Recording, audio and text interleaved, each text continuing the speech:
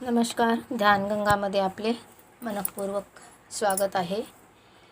श्रीमद भगवद्गीता अध्याय 3. आदि गुरूंना वंदन. गजानन महाराज की जय. गणगणात बोते.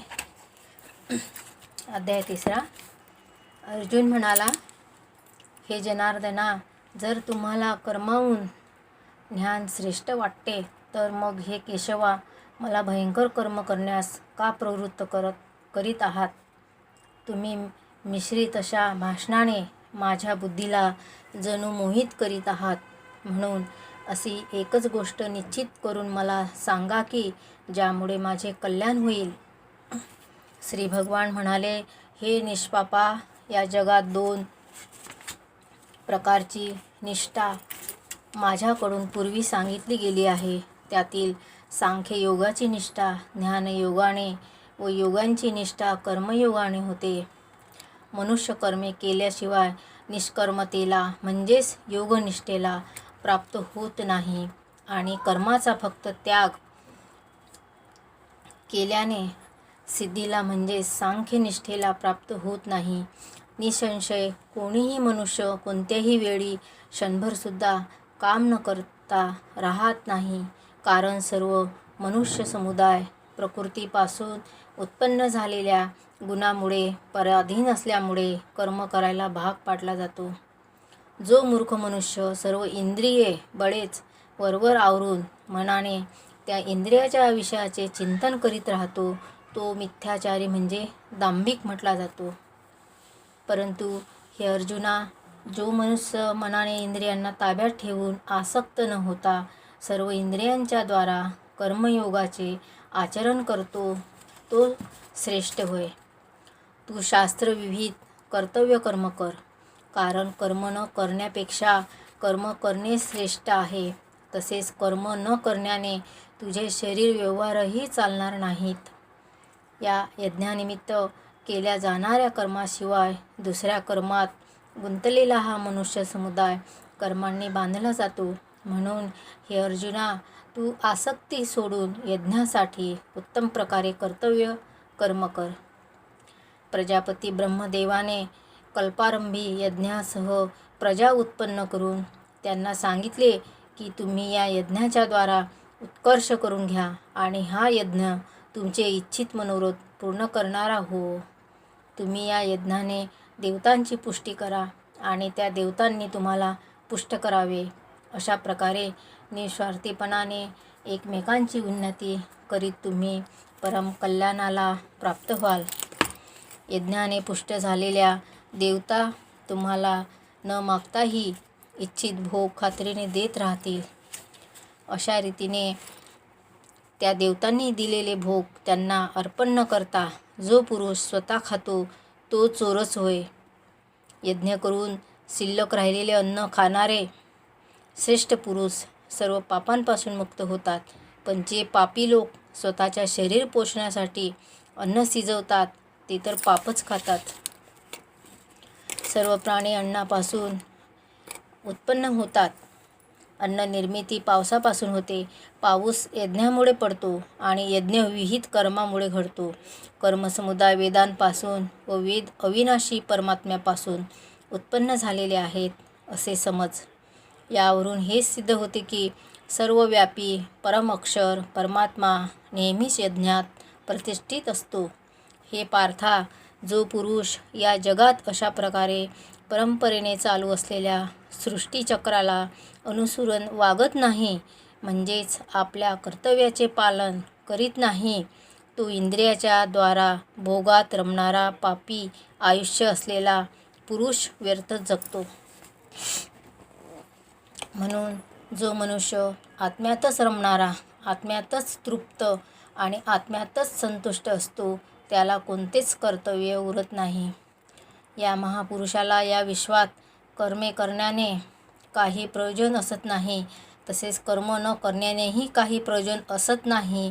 तसेच सर्व प्राणी मात्रातही त्याचा जरा देखील स्वार्थाचा संबंध असत नाही.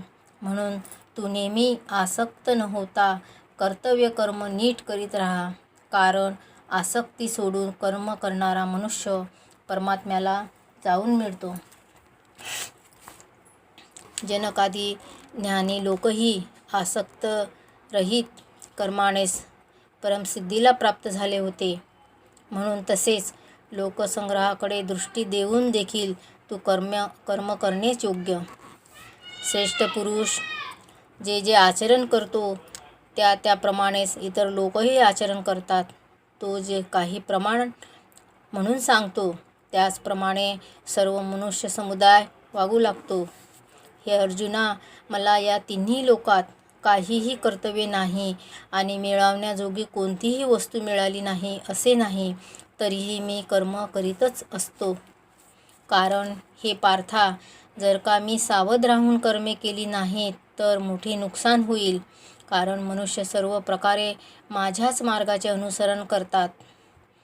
म्हणून जर मी कर्म केले नाही तर ही सर्व माणसे नष्ट भ्रष्ट होतील आणि मी संकरतेचे कारण होईन. तसेच या सर्व प्रजेचा घात करणारा होईन.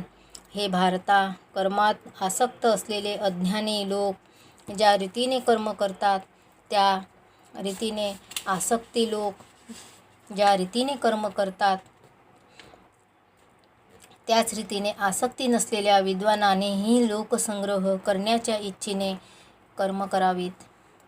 परमात्म स्वरूपात स्थिर असलेल्या ज्ञानी पुरुषाने शास्त्रविहित कर्मात आसक्ती असलेल्या अज्ञानी लोकांच्या बुद्धीत भ्रम म्हणजेच कर्माविषयी अश्रद्धा निर्माण करू नये. उलट स्वतः शास्त्रविहित सर्व कर्मे उत्तम प्रकारे करीत त्यांच्याकडूनही तशीच करून घ्यावी.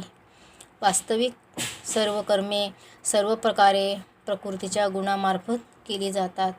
तरीही ज्याचे अंतःकरण अहंकाराने मोहित झाले आहे असा अज्ञानी पुरुष मी कर्ता आहे असे मानतो.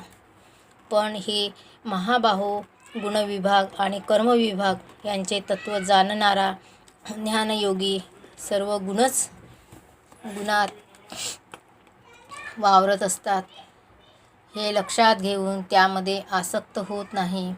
प्रकृतीच्या गुणांनी अत्यंत मोहित झालेली माणसे गुणात आणि कर्मात आसक्त होतात.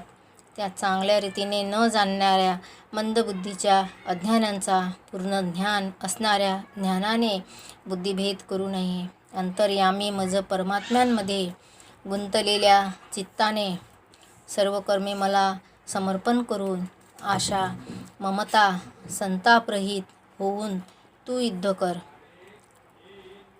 जे कोणी मानव दोषदृष्टी टाकून श्रद्धायुक्त अंतःकरणाने माझ्या ह्या मताचे नेहमी अनुसरण करतात तेही सर्व कर्मापासून मुक्त होतात. परंतु जे मानव माझ्यावर दोषारोप करून माझ्या या मतानुसार वागत नाहीत त्या मूर्खांना तू सर्व ज्ञानांना मुकलेले आणि नष्ट झालेलेच समज. सर्व प्राणी प्रकृतीच्या वळणावर जातात म्हणजेच आपल्या स्वभावाच्या अधीन होऊन कर्मे करतात. ज्ञानीसुद्धा आपल्या स्वभावानुसारच व्यवहार करतो. मग या विषयात कोणाचाही हट्टीपणा काय करेल. प्रत्येक इंद्रियाच्या विषयात राग व द्वेष लपलेले असतात. माणसाने त्या दोहोंच्या आहारी जाता कामा नये. कारण ते दोन्हीही त्याच्या कल्याण मार्गात विघ्न करणारे मोठे शत्रू आहेत. चांगल्या प्रकारे आचरणात आणलेल्या दुसऱ्याच्या धर्माहून गुणरहित असला तरी आपला धर्म अतिशय उत्तम आहे. आपल्या धर्मात तर मरणेही कल्याणकारक आहे, पण दुसऱ्याचा धर्म भय देणारा आहे. अर्जुन म्हणाला, हे कृष्णा, तर मग हा मनुष्य स्वतःची इच्छा नसतानाही जबरदस्तीने करावयास लावल्याप्रमाणे कोणाच्या प्रेरणेने पापाचे आचरण करतो. त्यावर श्री भगवान म्हणाले, रजोगुणापासून उत्पन्न झालेला हा कामच क्रोध आहे. हा खूप खादाड अर्थात भोगांनी कधीही तृप्त न होणारा व मोठा पापी आहे. हाच या विषयातील वैरी आहे असे तू जाण.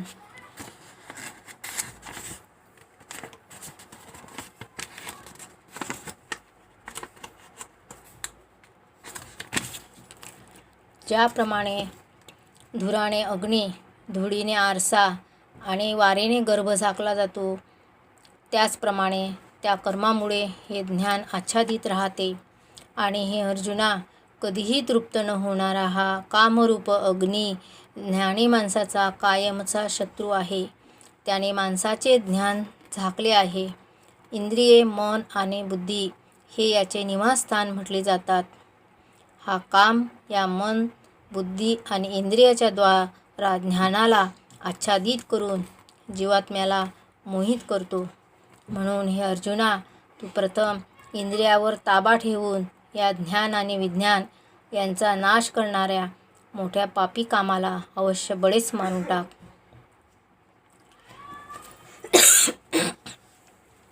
इंद्रियांना स्थूल शरीराहून पर म्हणजे श्रेष्ठ, बलवान आणि सूक्ष्म म्हटले जाते. या इंद्रियाहून मन पर आहे, मनाहून बुद्धी पर आहे आणि जो बुद्धीहूनही अत्यंत पर आहे तो आत्मा होय. अशा प्रकारे बुद्धीहून पर अर्थात सूक्ष्म, बलवान व अत्यंत श्रेष्ठ असा आत्मा आहे हे जाणून आणि बुद्धीच्या द्वारा मनाला स्वाधीन करून हे महाबाहो, तू या कामरूप अजिंक्य शत्रूला मारून टाक. तृतीय अध्याय समाप्त. श्रीमद् भगवत माते की जय.